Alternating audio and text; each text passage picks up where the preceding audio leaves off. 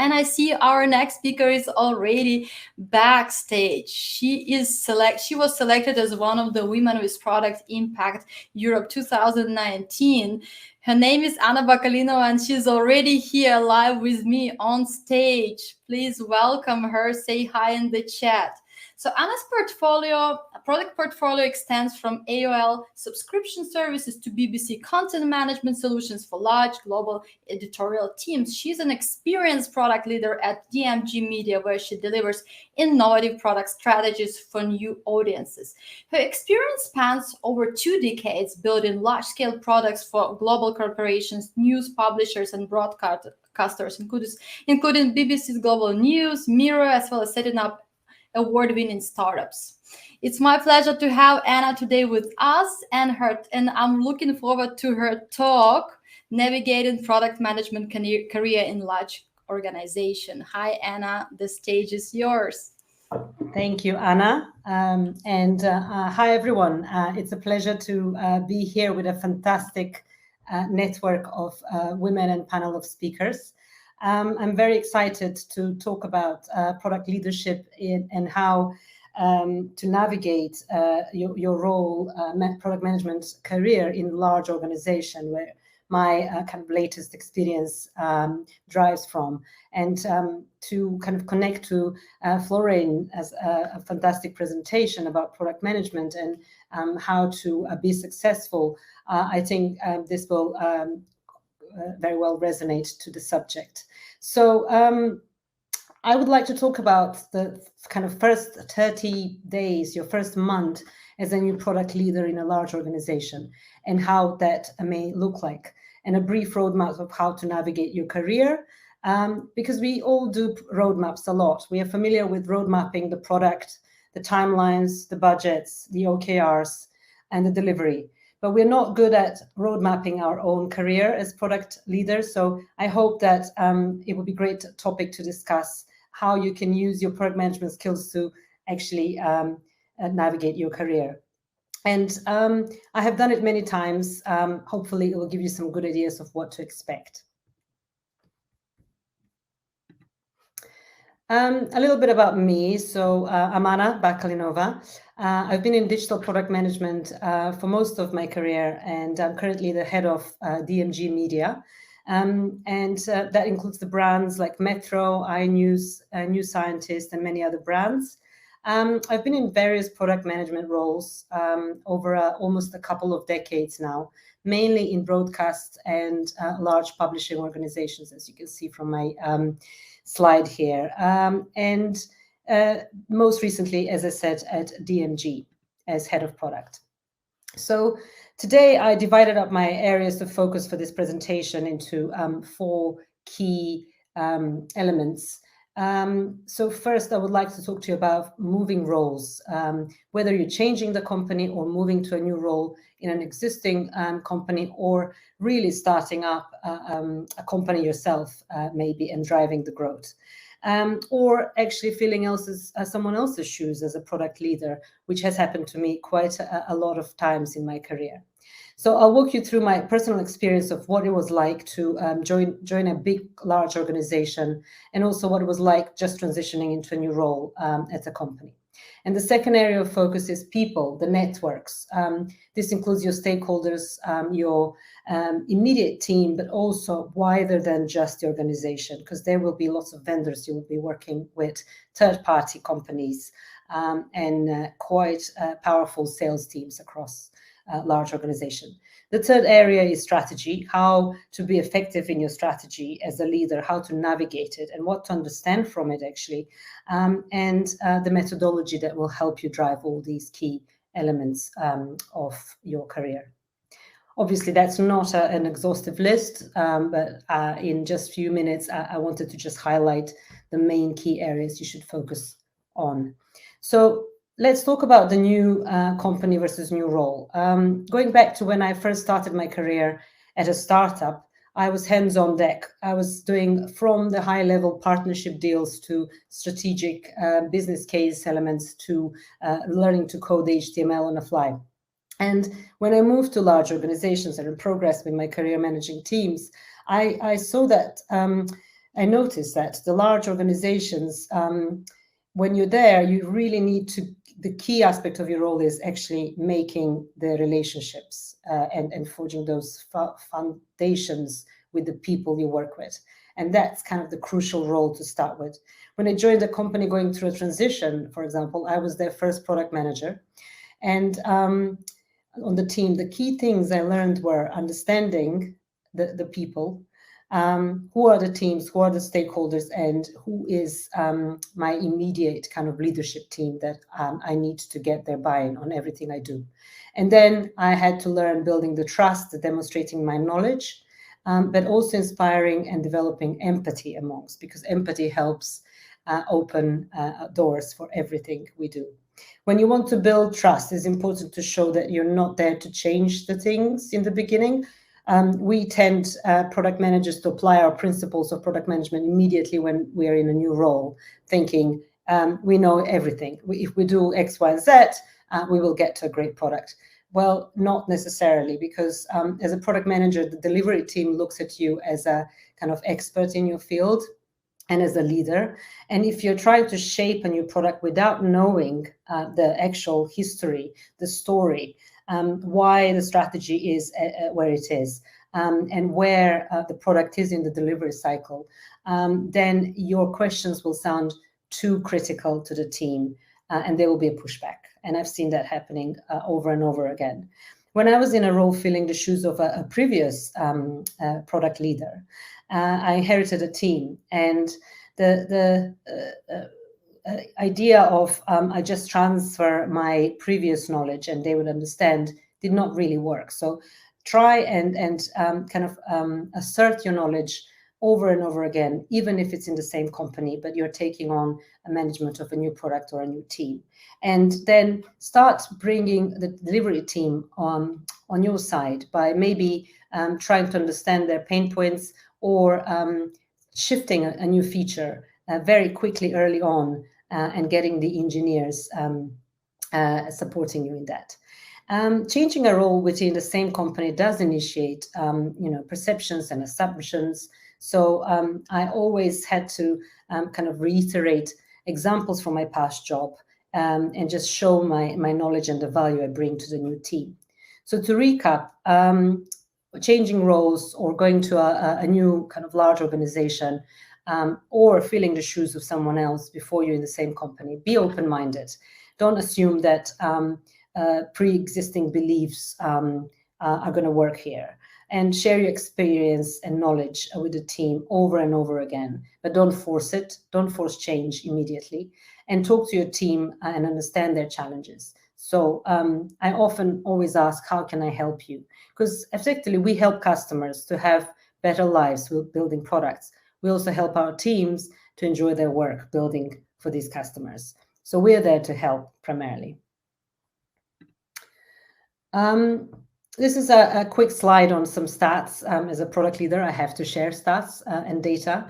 I love data. So this is a recent survey asking product leaders in the industry what were their biggest challenges into a new role. The biggest challenge they said is planning the roadmap as a new leader, and then learning about the product history from the team. So really getting those questions answered is a challenge too.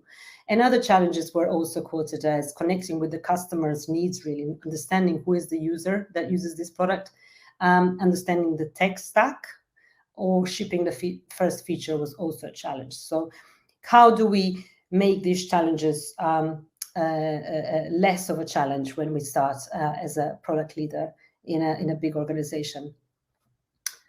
Let's start with the people again. So in the first 3 months, you need to build a roadmap of people. So just plot them on the map and understand who are the people who will become your sphere of influence, the influencers of your roadmap, basically. And then also try to talk first with internal immediate teams and then stretch across. But don't do it in isolation. Talk to them in parallel to see the whole 360 view. Start documenting gaps, pain points, challenges, the history of what has happened. And then talk to users and user-centric teams, really. So if you have a product that has a large customer base and requires support, go and sit on these meetings, talk to the stakeholders who actually know the problems of your users to understand better. And lastly, share these learnings with the leadership team, close the loop, present it not just actually to leadership, but to all the teams what your findings are. Because most frequently I find the product leaders start talking only to a few groups that are actually their immediate stakeholders, and they forget about the rest of the organization. And this is where you unlock a lot of potential opportunities and gaps to fill with product management. So this is the sphere of influence you firstly create, and they will empower you and they will make your career much easier to navigate through in large organizations. The next is product strategy. So this is the element where I very often find where it's expected from product leaders to actually define the business strategies. And in a lack of a business strategy, which is set by the commercial or the chief leadership staff for the company, the product managers try to fill those gaps, and that's not best practice. So in terms of understanding where you fit in and how you build your product strategy, is you need to do your homework first, and just take your time and do all the competitive analysis, the market analysis, how products solve their problems, how other competitors are doing it.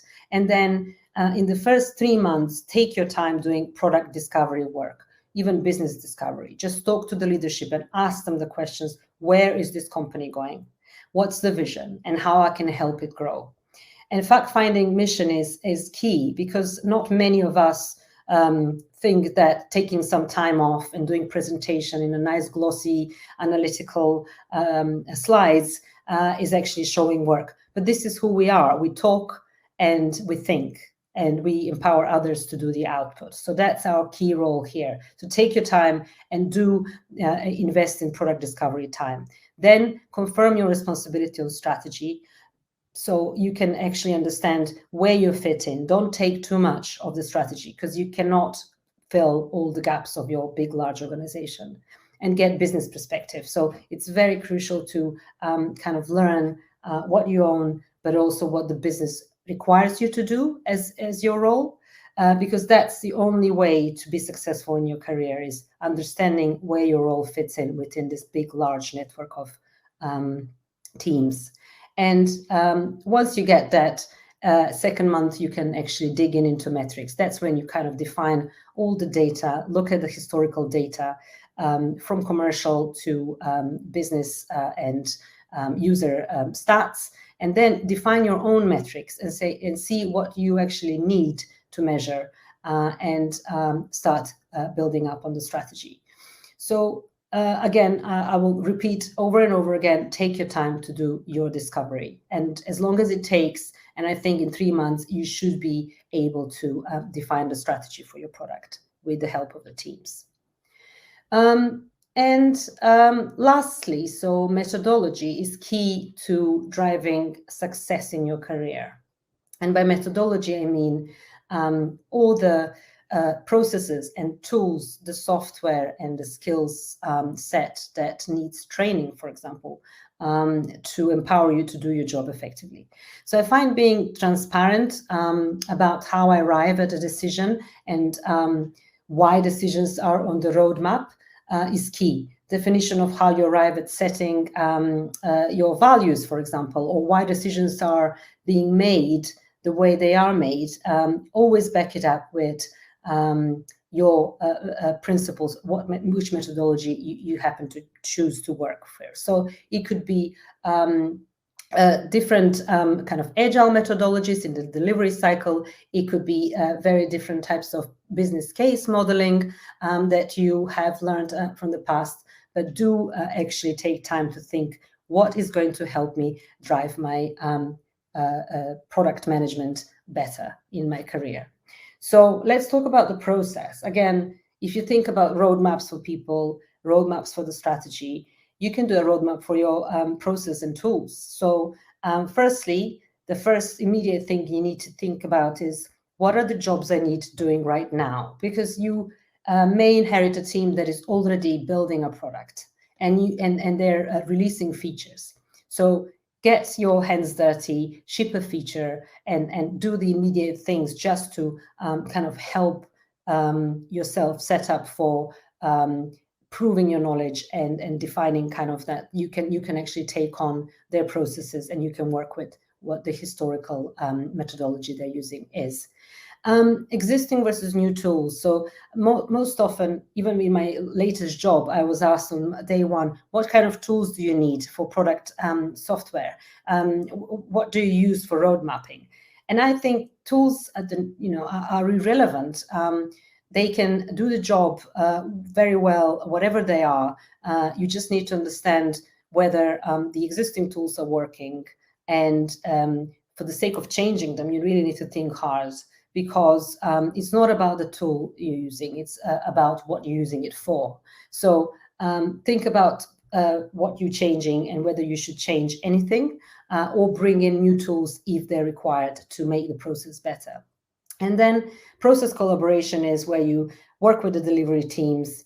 And I find it very useful when I kind of sit on all the meetings in the beginning with the delivery teams to understand why are they using Kanban? Why are they using Scrum? Which agile methodology works?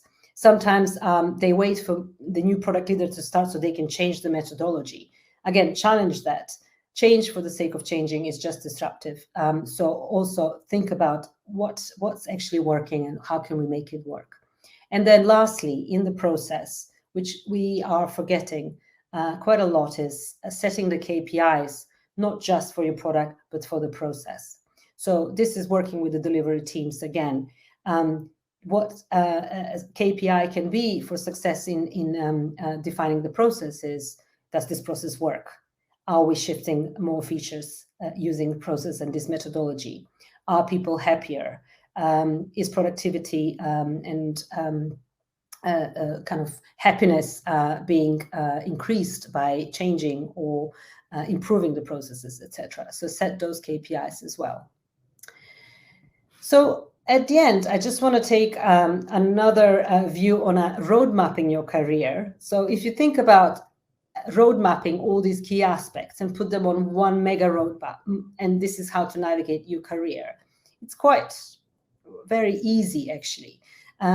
If you work with your timeline and say, in the first year, what do I want to achieve? Or in next year, you can start even fresh in the same role you've been. It doesn't have to be your new role, but you can restart it by saying, okay, I'm going to plot my career on the map. And I'm going to say what I need to do to help my career growth, but also the product, because the product grows, your career grows as well. And in the first 30 days, just to recap, take your time to meet your team and the stakeholders. Then learn about the product as much as you can, the data analysis, market research. Just do that really carefully and map it all on a slide, roadmap it. The next months, you should focus on your winning the trust and shipping maybe a feature, invest time in product discovery. And then after that, you can be ready to actually start validating it with your leadership and getting the investment you need and setting up the roadmap. And that's how you can grow and be successful after by measurement. So I want to end on a very kind of high-level key takeaway slide is just few key things to remember. Overcome challenges by using data, but be open-minded and having an objective mindset. Communicate on all levels, from your immediate team to wider teams that you don't talk to too much on a daily basis. Set clear metrics for success, even on your process level, but also your product. And that will set you for success and start thinking big. So on that note, I'm going to say thank you so much for being here with me. And I look forward to any questions. Thank you so much, Anna. That was a really detailed and insightful step-by-step guide for everyone who is passionate about product management career and different stages of their journey, and especially for those who are going to go into the large corporations, organizations, and work there. So I really love that whole structure and every detail, and you outlined everything. So the timing was perfect. Unfortunately, we don't have time for questions to take from stage, but for everyone who has questions from Anna, you can connect with her on LinkedIn, right, and ask her questions. So she will be responding in the chat. Maybe you will connect with her during the networking break. So thank you so much, Anna, for joining us. I appreciate your time to sharing your presentation here today with us. Have a great day. Bye-bye. Thank you.